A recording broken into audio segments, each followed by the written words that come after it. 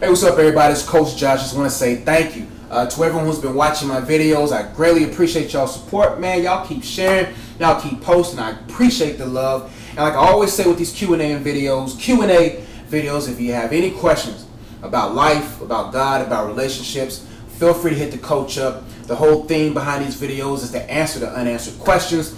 So I'm going to go ahead and get into this video. This video, I got a couple of questions on this one. And I thought, you know what, this is a good time to get this video out. But basically, this question is dealing with arguments. A lot of people, or two people messaged me particularly, but it's evident in a lot of our relationships where most of our relationships are so filled with arguments, where there's a lot of disagreements, a lot of hostility. And I say, you know what, let me do this video for those people who's like, you know what, my girlfriend's getting on my everlasting nerve, my boyfriend, he's retarded, we always arguing. This video is for you, to help you see where the conflict is, see where you and your significant other can really stop the arguing and progress into building a stronger relationship. So let's get right into it. We all know that Satan and demons endeavor to really destroy the family unit. They don't want the man and the woman to be on one accord. If a man and woman, a husband and wife, a father and mother, or a family unit is on one accord, that family becomes a force that is hard to defeat.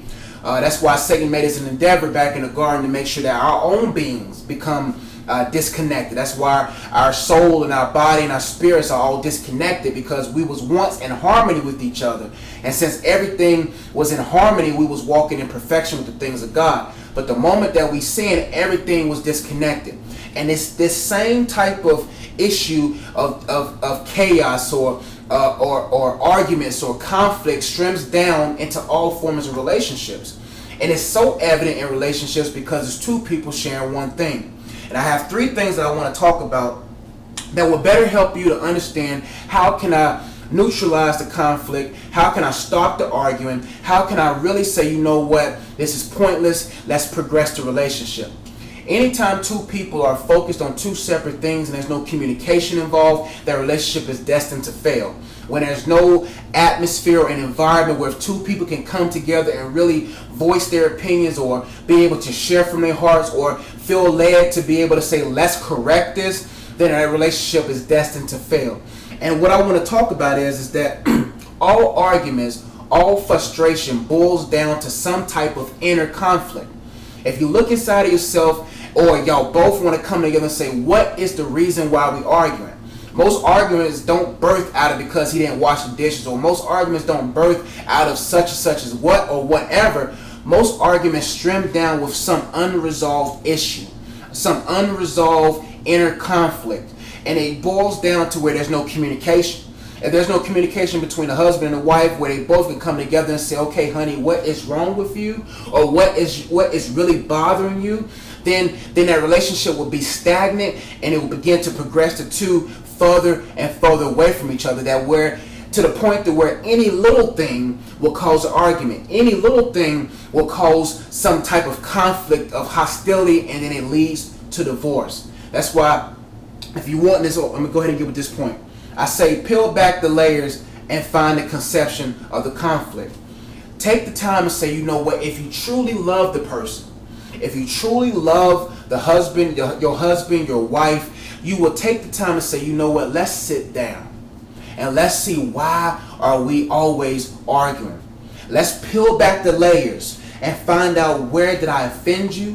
Where did we miscommunication? Where did this confusion happen? Because the Bible says wherever confusion is, that's every evil work. And if there's any type of confusion due to no communication, then there will always be chaos. So if you take the time to say, you know what, 5 to 10 minutes, usually longer than that. If you take about an hour or two, a couple of days, or a weekend to say, you know what, honey, where did I offend you? In order for a relationship to be successful, there has to be some form of humility. The reason why there's a lot of conflict, a lot of issues, is because there's two prideful people trying to share something that requires humility. It requires two people to humbly come together to share what's on their heart. But if both people have been strategically pushed to be prideful, to be haughty, to be like, I don't got to tell her nothing, or I don't got to tell him nothing, then that relationship or marriage will fail, because that marriage requires both the husband and the wife, the boyfriend, the girlfriend, or whoever to become humble. If I go to my wife, I'm not married, but if I was married, if I have an issue with her, I should be able to say, you know what? Let me humble myself. Let me bring myself low to make sure that we solve this conflict. If no one in a relationship is willing to be humble enough to say, you know what, we need to correct this, then the issue, the problem will never be corrected. Ask yourself, are you willing to humble yourself, both of y'all, to humble yourself and say, let's peel back the layers. Let's take the necessary time. Let's take the necessary days or weeks to really peel back to see what insecurities do we have, what type of offenses were occurred. Because sometimes if you just communicate the issue, if you just say, before I let this blow up to be a monster, let me correct it before it develops there, then usually once you make those corrections through communication, that relationship, or that, not the relationship, but that conflict will be resolved on a level where it's not damaging or become a threat to the marriage. So ask yourself, are you willing to humble yourself to peel back those layers? Also, number two, focus on why you fell in love in the first place. Many people, we get so caught up on the conflict, we get on what we don't like about the person, that we forget about, yeah, I do love him, or I do love her. And let me focus on why I love that person, because that's the reason why I got into this marriage. See, the demons and all that kind of stuff want you to focus on why you should leave the marriage instead of why you should stay in the marriage. If you take the time to say, you know what, let me focus on why I love him, why I love her, that would be enough foundation to be able to, or enough of gas in the tank to get us across town, to get us across this bridge, to get us across this conflict. But if I always focus on the conflict, if I always focus on why I don't like him or why I don't like her, then I will slowly be drained dry, and I don't want nothing to do with it. I don't want nothing to do with the relationship. So ask yourself, if you really love that person, let me take the time to say, okay, once I peel back the layers, once I look at where the conflict conceptualized, when did this offense occur, and I focus on why I love that person, then that relationship will progress and it will diminish the arguments.